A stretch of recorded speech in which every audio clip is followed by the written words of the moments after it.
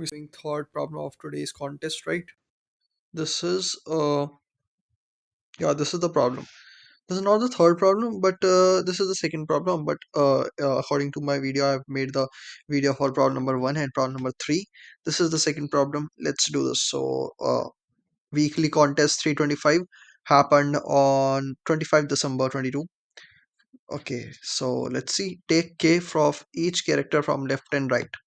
So what you have been given a string, you have been given number k. You have to take, this k amount of characters, k amount of which characters of these three things like A, B, C. So you want 2A, 2B and 2C from this string, okay?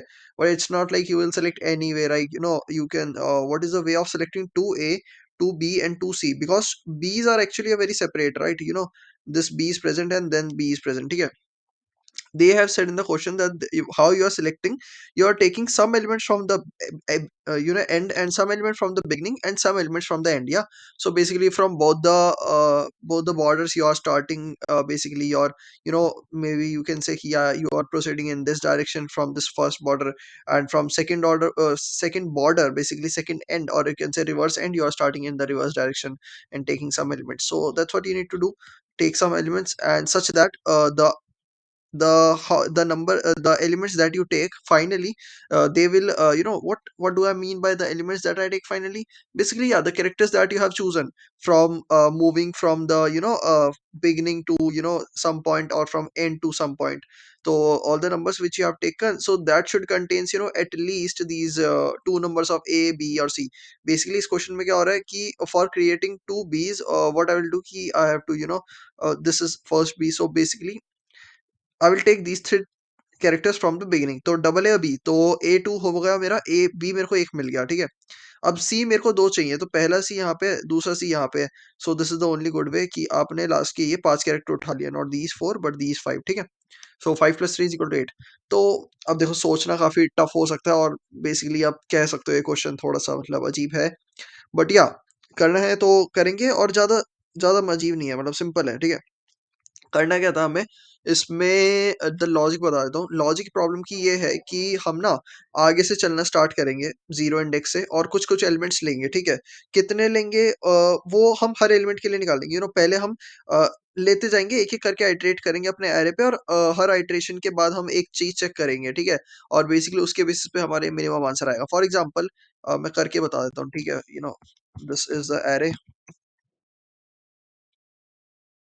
sorry, this is a string, basically not array, but yeah, string is a character array. यार what's this, वो actually दोबारा copy करके लाना पड़ेगा। So if this is your what is happening, man? If this is your string, तो मैं क्या करूंगा, थोड़ा सा पार्टीशनिंग कर देता हूँ, एंड फर्स्ट एरे के लिए मैं काम करूंगा पहले, sorry not first array but first, oh shit no, okay I don't think like yeah, तो सबसे पहले मैं ए के लिए काम करूंगा। आई विल से कि okay, see your first character, ये ए है ना, तो index is equal to current index is equal to zero इस पॉइंट पे। तो मैं बोलूंगा आपको ए मिल गया। अब पीछे से ऐसा करो, मेरे को क्या दो, बिकॉज के की वैल्यू टू थी, ठीक है। के इक्वल टू टू मीन्स, इसका मतलब क्या है के इक्वल टू टू होने का, कि मेरे को दो ए चाहिए, दो बी चाहिए और दो सी चाहिए, ठीक है। तो अब आगे से मेरे को एक ए मिल गया, और मैंने अभी तक बस आगे से ये स्ट्रिंग लेने का प्लान कर रहा हूँ। अगर मैं ये लूंगा तो बस मेरे को एक ए मिलेगा आगे से, बाकी सब पीछे से चाहिए। मेरे को दो सी चाहिए पीछे से, दो बी चाहिए, दो ए चाहिए। तो इतना आपको मिनिमम इतना तो लेना ही पड़ेगा, क्योंकि तभी दो बी कवर हो पाएंगे और सी और ए तो कवर हो ही जाएंगे, ठीक है। तो ये चीज है कि आपको किसी ना किसी एक के चक्कर में आपको लास्ट तक जाना पड़ेगा। ये जैसे इस केस में हम बी के लिए हम पूरा यहाँ तक गए हैं, हो सकता है किसी केस में हमें केवल सी के लिए यहाँ तक जाना पड़े, क्योंकि अगर मैंने बी आगे से ले लिया तो मेरे को एक ही बी चाहिए, ठीक है। वो तो नेक्स्ट केस की बात करेंगे।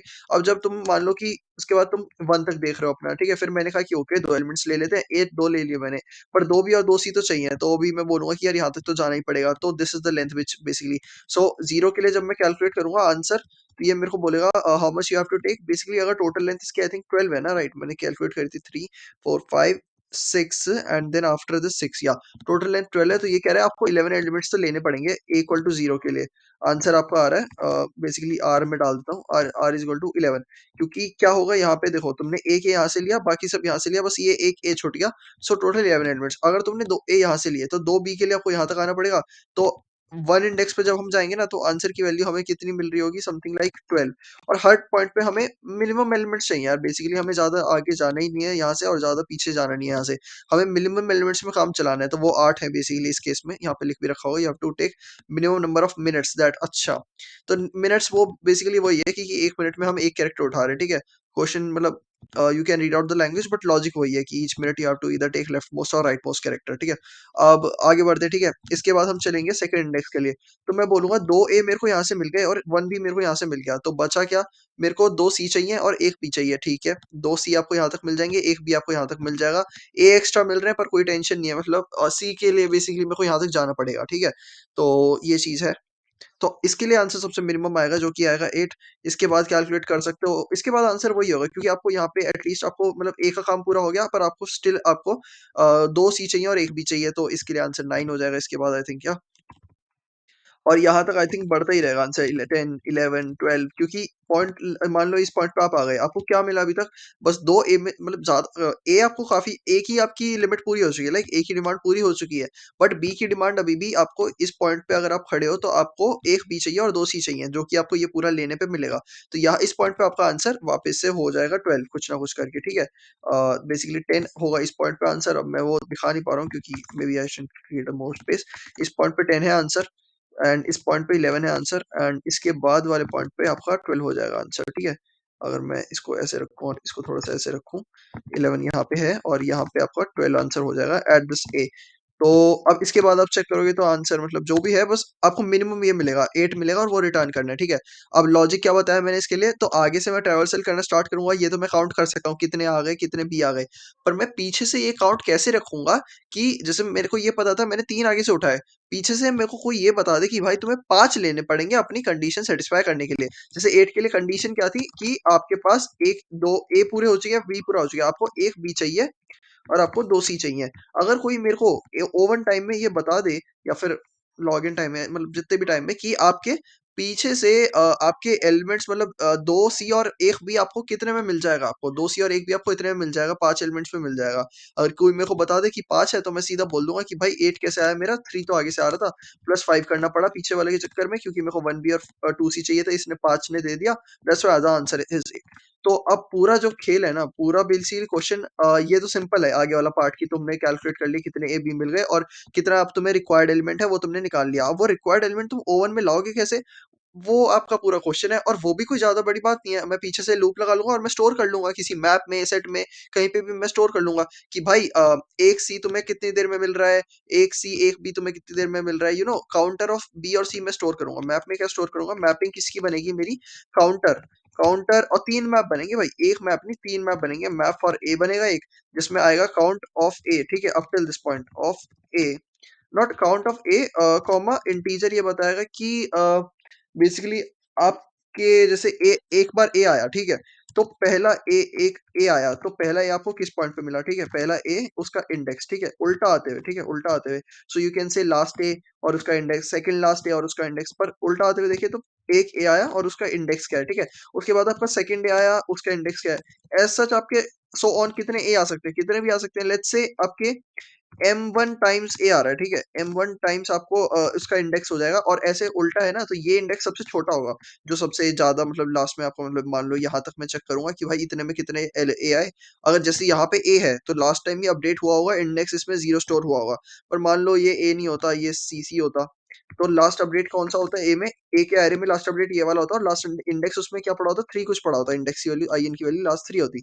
ये जैसे कि इसकी वैल्यू अगर इस हिसाब से देखें तो n-2 होती, बेसिकली n-3 आई थिंक, क्या n-3 n-5 होती यहाँ पे, तो जो भी है। बट ऐसा सिनेरियो अब मैं आपको बताना क्या चाह रहा हूँ कि M1 नंबर थोड़ा इंपॉर्टेंट है। Why this M1 number is important, M1 must always be greater than equal to K, because मेरे को एटलीस्ट दो के ए तो चाहिए ही चाहिए। अगर मेरा M1 ही के से छोटा हो गया तो काम ही नहीं बन पाएगा, ठीक है, रिटर्न कर दो -1। यहाँ पे मैंने करा हुआ भी है कि अगर तुम्हारे एम ए का काउंट के, यानी कि एम ए में आपके मतलब मैप ऑफ ए जो आप स्टोर कर रहे हो, इसमें ए का काउंट के कब हो जाएगा, मतलब मेरे को के एलिमेंट्स चाहिए। अब किसी ने मेरे को बोल दिया भाई के ए तुम लेके आओ पीछे से, तो मेरे को पता होना चाहिए ना कि मिनिमम मैं कौन से इंडेक्स, नहीं मिनिमम नहीं, मैक्सिमम कौन से इंडेक्स पे जाऊँ कि मेरे को के मिल जाएगा, ठीक है? तो मतलब यही सोच लो, जब kth ए आया होगा बस वहीं तक देखो, उसके आगे देखने की नीड ही नहीं है। मतलब उससे आगे तुम्हें या तो उतने ही ए मिलेंगे या उससे ज़्यादा ए मिल सकता है। फॉर एग्ज़ाम्पल जैसे ये ए आया, इस पॉइंट तक आपके 2 ए आ रखे हैं। अगर आप और थोड़ा आगे चले गए तो वापस आ रहे हैं वैसे तो, पर यहाँ पे भी आपको उतने ही ये मिल रहे हैं, ठीक है? पर इंडेक्स की वैल्यू मेरे को मैक्सिमम क्यों चाहिए? यार उसका भी अपना ही लॉजिक है, मतलब लॉजिक क्या, मतलब मैक्सिमम होगी तभी तो मैं यहाँ से कम एलिमेंट्स में काम चला पाऊंगा। यहाँ से मेरा 4 में भी काम चल रहा है, यहाँ से मेरा 5 में भी काम चल रहा है। अगर केवल एक ही बात करें, अगर मेरे को किसी ने बोला होता 2 ए लेके आओ, तो 2 ए आपको यहाँ पे भी मिल जाएंगे, यहाँ पे भी मिल जाएंगे। अब इसमें तो बढ़ते ही जा रहे हैं तो वो तो है ही, काम तो चल ही जाएगा, है ना? पर मिनिमम आपका काम इतने 4 में चल जाएगा। तो दैट्स वाई हम इसमें बेसिकली, जैसे ही मेरे को पता चला कि भाई ओके 2 ए आ गए हैं, उसको स्टोर करा दो फटाफट। और मतलब उसके बाद अब इसके लिए हम स्टोर नहीं कराएंगे, ठीक है? मतलब कि ये इंडेक्स कभी भी मैप नहीं होगा आपके 2 ए या 3 ए के साथ, ऑब्वियसली। मतलब वही है कि ये चीज यूनिक होती है ना मैप में, कि मतलब जैसे 1 के कॉरस्पॉन्डिंग एक ही नंबर मैप होगा, तो वो मैप होगा इसका सबसे, मतलब ये वाला इंडेक्स की पहली बार, मतलब जैसे आप उल्टा आ रहे हो तो 2 ए कब कंप्लीट हो गए। तो यार दैट्स ऑल अबाउट लॉजिक, थोड़ा सा करते रहते हैं तो और समझ आ जाएगा। एक बार मैं कर देता हूँ पूरा। सिंपल है, पहली चीज बहुत सिंपल है, इफ के अगर तुम्हारा लेस देन 0 हो तो रिटर्न कर दो भाई। 0 नहीं, के अगर तुम्हारा आई थिंक 0 हो जाए, ठीक है? अगर के तुम्हारा 0 हो जाए तो हम रिटर्न कर देंगे 0, ठीक है? देन मैप लेस देन 0 तो हो ही नहीं सकता, के की वैल्यू 0 हो सकती है। अगर 0 मतलब उसने कुछ मांगा ही नहीं है तो कुछ देने की जरूरत ही नहीं है, मतलब तुम्हारा 0 return 0। Map of int comma int, ये इंपॉर्टेंट है। 3 मैप बनेंगे, एम ए एम बी का और एम सी का, ठीक है? और उसमें भी पहली चीज इंपॉर्टेंट है जो मैंने बता देता हूँ, कि अगर किसी ने मेरे को बोला कि 0 ए लेके आओ, तो मैं बोल दूंगा भाई एन पे ही प्रेजेंट है, 0 ए क्यों देख रहे हो, तुम्हें कुछ लेने की जरूरत ही नहीं है। अब इस एन का रोल क्या है वो बाद में समझ आएगा, क्योंकि बेसिकली जब मैं ये निकाल रहा था ना, अरे मैंने डिलीट कर दिया क्या यार, दैट इज एक्चुअली इंपॉर्टेंट यार, क्योंकि उससे ज्यादा बेहतर समझ आता है कि अगर ये चीज साथ साथ में हो ना। मैं ये वाला पार्ट डिलीट कर देता हूँ, पर एग्जाम्पल्स होना चाहिए, ठीक है? If K is less equal to 0, return 0, ठीक है? मैं क्या कह रहा था, मैं ये कह रहा था, अभी पहले मैं वापस से मैप बना लेता हूँ अपना, int M A M B M C and then M A of N, not N, M A of 0 equal to N. Basically अगर किसी ने मेरे को बोला कि तुम 0 ए लेके आओ, तो मेरे को खुद जाने की जरूरत ही नहीं है। तो जैसे ये 0 1 2 होता है ना, ये होता है हमारा n-1 लास्ट वाला इंडेक्स। लेट्स से ये सी प्रेजेंट है मेरे लास्ट वाले इंडेक्स पे, तो एन होता है इससे भी आगे, मतलब तुमने कुछ चला ही नहीं है, और बेसिकली मतलब कुछ लेने की जरूरत ही नहीं है, ये बता रहा है। तो एट लास्ट तो हमें बिल्कुल भाई 8 के कैसे मिला, 3 + 5 चाहिए, है ना? एट लास्ट हमें इंडेक्स से कोई मतलब नहीं है, हमें नंबर ऑफ एलिमेंट से मतलब है, वो भी इंडेक्स से ही आता है वैसे तो। जैसे कि इंडेक्स से कैसे आएगा, नंबर ऑफ एलिमेंट्स मैंने पीछे से कैसे गिने होंगे, मैंने गिने होंगे एन में से माइनस कर दो जो तुम्हें ये इंडेक्स दे रहा है, यू नो कि मतलब किसी ने मेरे को इंडेक्स दिया होगा कि भाई जब मेरे को ये 5 क्यों चाहिए था, क्योंकि मेरे को 2 सी चाहिए थे। तो 2 सी मेरे को पता चला कि भाई पहली बार मेरे को 2 सी यहाँ पे मिले, आगे जाने की जरूरत ही नहीं है, इसके कॉरस्पॉन्डिंग स्टोर हो जाएगा। कि भाई आपको एम ऑफ सी के अंदर क्या स्टोर हो जाएगा पता है, 2 इज इक्वल टू, इसका इंडेक्स क्या है बताओ, बताओ इसका इंडेक्स क्या है? टोटल आंसर मेरा मतलब देखो इंडेक्स, मतलब ये n-1 मतलब इसका 11 होगा, इसका 10 होगा, इसका 8 होगा, इसका 9 होगा, ठीक है? मतलब जो भी हो, 9 हो, कुछ भी हो। एंड आपका जो n की वैल्यू है 12। तो आपने क्या करा, देखो एक तरीका होता है, इतने एलिमेंट कैसे, ये नंबर ऑफ एलिमेंट्स कैसे निकालोगे तुम, 12 माइनस में 9 प्लस का 1, ये चीज है। मतलब n माइनस में दिस इंडेक्स, यार ऐसे तो n माइनस दिस इंडेक्स ही होता था। n माइनस जैसे 12 है, और इसका इंडेक्स 11 है, इसका 10 है, इसका 9 है, इसका 8 है, इसका 7 है। मैंने वो क्या सोच के लिखा, इसका इंडेक्स 7 है, ठीक है? जैसे इसका 11 है, इसका 10 है, इसका 9 है, 8 है, 7 है। मेरे को 7वां इंडेक्स चाहिए, क्योंकि 7वें इंडेक्स पे मेरा MC2 7 स्टोर होगा, ठीक है? MC2 6 भी नहीं हो सकता, 5 भी नहीं हो सकता, ठीक है? अब अगली बार MC3 क्या स्टोर होगा, MC3 स्टोर होगा, क्योंकि 2 के कॉरस्पॉन्डिंग तो एक ही वैल्यू स्टोर होती है ना, क्योंकि ये यूनिक होता है। तो 7 स्टोर हो गया 2 के कॉरस्पॉन्डिंग, ठीक है? और MC3 के कॉरस्पॉन्डिंग कुछ ऐसे यहाँ पे स्टोर होगा। वैसे ये एरे था नहीं हमारा इनिशियली जो दिया था, उसी पे वापस आ जाते हैं। क्या दिया था, ए ए बी दिया था ना, ठीक है? M3 होगा ही नहीं इसमें, क्योंकि MC3 होगा ही नहीं, क्योंकि 2 ही सी प्रेजेंट है, ठीक है?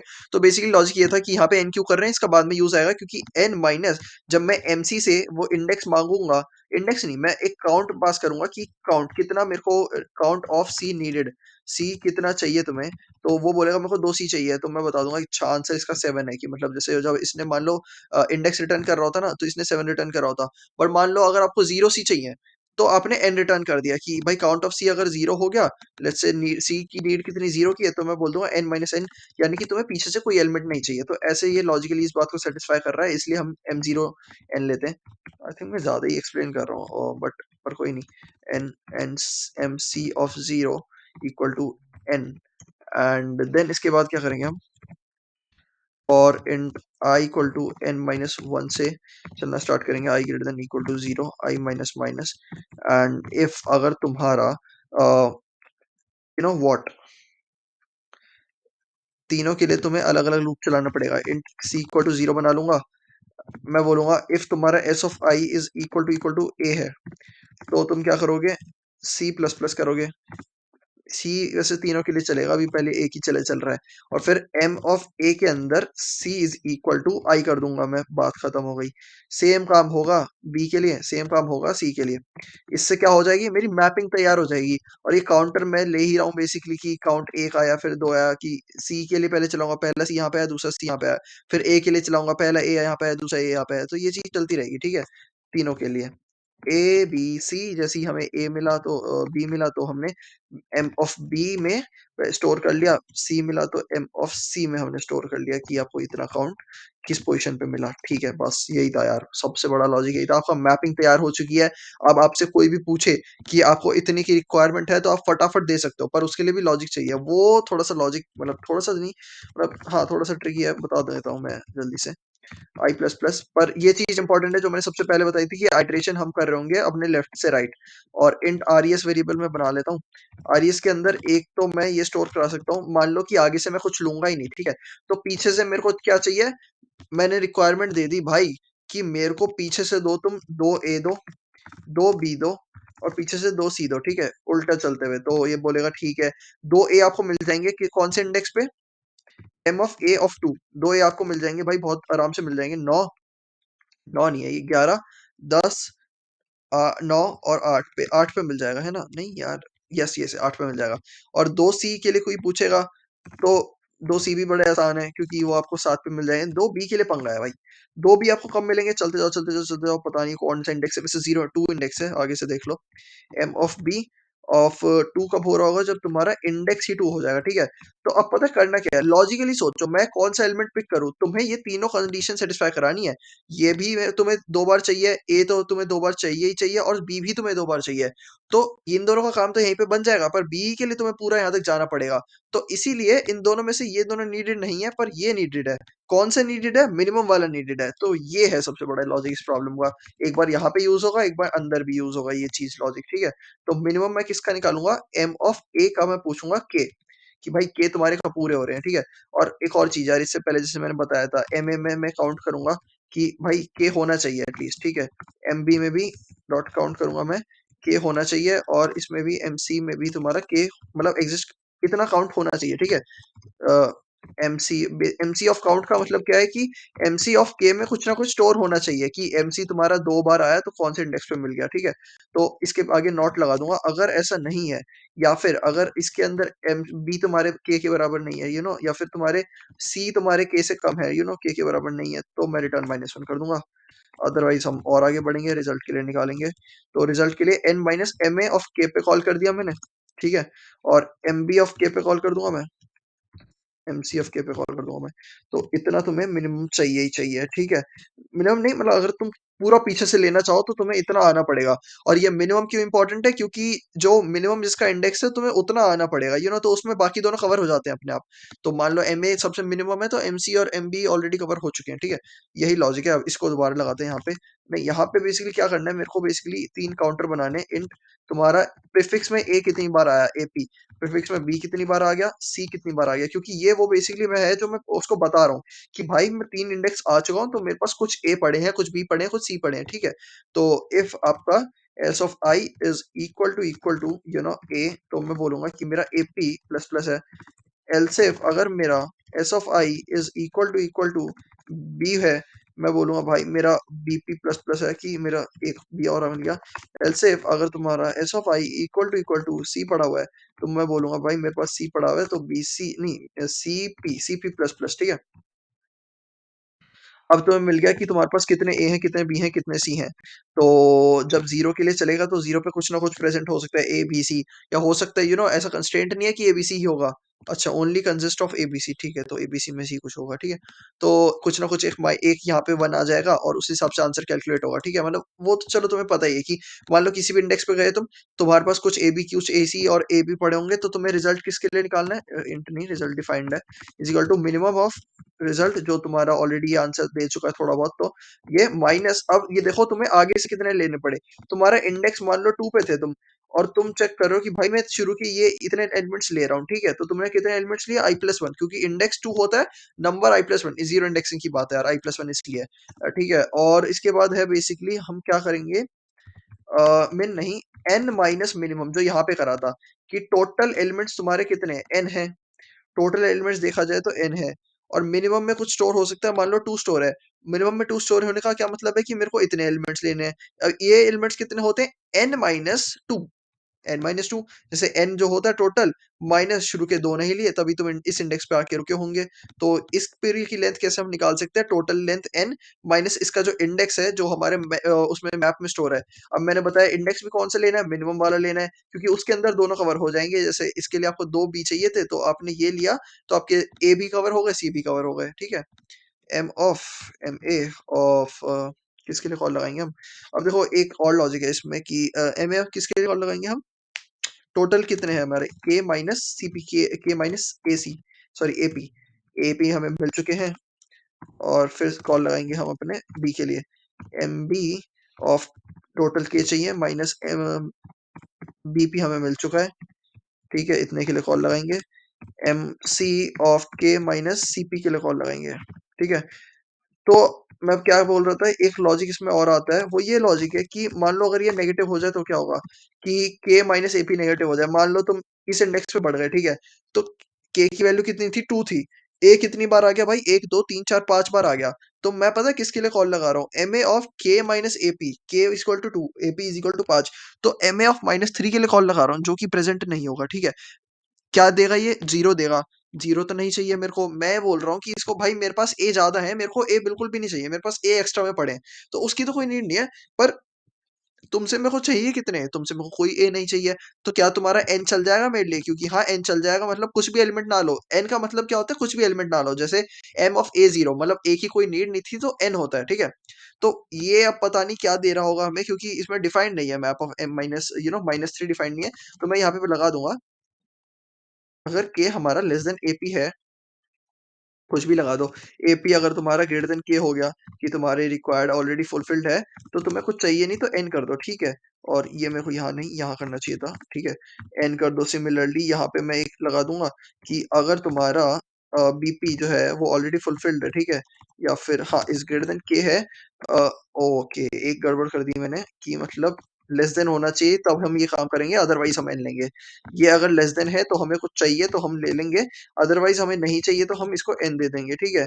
ये लॉजिक आई होप सबको पता है। ये बेसिकली सी प्लस प्लस में बेसिकली क्वेश्चनिंग का सिंटैक्स होता है, कि ये होता है बेसिकली आपकी इफ एल्स स्टेटमेंट की तरह होता है। अगर ये ट्रू है तो ये वाला चलेगा, क्वेश्चन मार्क के बाद वाला, अदरवाइज आपका सेमीकोलन कॉलन के बाद वाला चलेगा, ठीक है। यहाँ पे मैं लगा दूंगा कि मेरा अगर सी पी लेस देन होना चाहिए के से, ठीक है, तो मैं ये काम करूंगा, अदरवाइज अगर मेरा सी पी ग्रेटर देन या इक्वल टू भी हो गया तो मैं कुछ करने की जरूरत ही नहीं है, एन ले लो। अच्छा मैंने गलत जगह लगा दिया, थिंक एन, ठीक है। ये है लॉजिक बेसिकली सिंपल सा, रिटर्न कर देंगे रिजल्ट, इसको कमेंट आउट कर देते हैं, चला के देखते हैं भाई। अच्छा होता है, मतलब क्वेश्चन अच्छा है, बी प्रॉब्लम, मतलब चलो कभी कभार they also you know int n is equal to s dot size।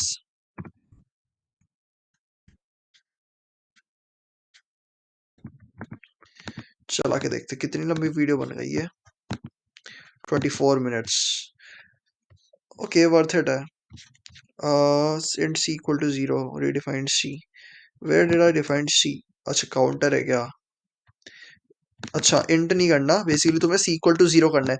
Counter start तो तुम 0 से ही करोगे हर एलिमेंट का, बट ये है कि दोबारा दोबारा डिफाइन नहीं करोगे ना। कॉम्पोरेटर n minus minimum of this, अच्छा जब 3 का मिनिमम लेते हैं तो कैसे लेते हैं, कर्ली ब्रैकेट, यहाँ पे भी हमें 3 का मिनिमम लिया है, कर्ली ब्रैकेट कहाँ है फिर,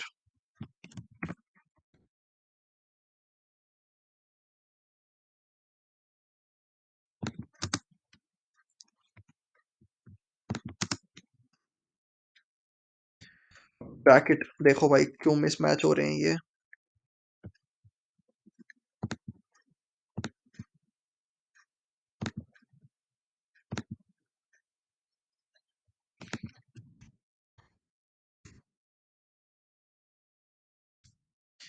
अब चलाते हैं।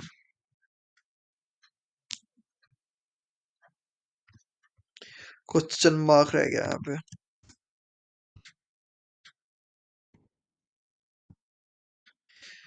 8 और 8 सबमिट करके देखते हैं। एक्सेप्टेड। ठीक है गाइस। तो बेसिक लॉजिक यही था कि ये मेन लॉजिक है कि बेसिकली हमें करना क्या है, आगे से चलना स्टार्ट करना है, नंबर ऑफ कितने मैं ए बी सी उठा चुका हूँ वो देखने हैं, रिक्वायर्ड कितने एलिमेंट है उस पर कॉल लगानी है, कॉल ऐसे लगानी है कि मेरे को 1 मिनट में आंसर मिल जाए। तो उसके लिए हमने मैपिंग क्रिएट करी कि भाई मैपिंग में सब स्टोर करके रख दो कि तुम्हें 2 सी चाहिए तो वो कौन से इंडेक्स पे मिल रहे हैं, 2 ए चाहिए कौन से इंडेक्स पे मिल रहे हैं, ठीक है, कितने ए तुम्हें कौन से इंडेक्स पे मिल रहे हैं, तो काउंटर बना लो। और फिर इसके साथ इंडेक्स की मैपिंग कर दो, M C of this count मेरे को कौन से इंडेक्स पे मिला। ठीक है, तो यही चीज़ है। और के तुम्हें मिल जाने चाहिए तो वरना -1 कर दोगे। के 0 होता तो रिटर्न 0 कर देते। So M B M C basically 3 map क्यों इसमें इंपॉर्टेंट है, वो तुम्हारे ये फास्ट कराने के लिए, वरना काम हो जाता है इन स्क्वायर में होता। अभी लॉग इन में हो रहा है, अनऑर्डर्ड मैप कर लूंगा तो ऑफ एन में हो जाएगा। ठीक है, बस वही चीज़ है कि आपको बस किसी तरह से नंबर ऑफ ये पता होने चाहिए कि इससे पहले मतलब कौन से इंडेक्स तक आपको काम हो जाएगा, यानी कितने एलिमेंट आपको चाहिए, आपको required number of A B C के लिए। सो दैट्स अबाउट इट यार। Okay guys, bye.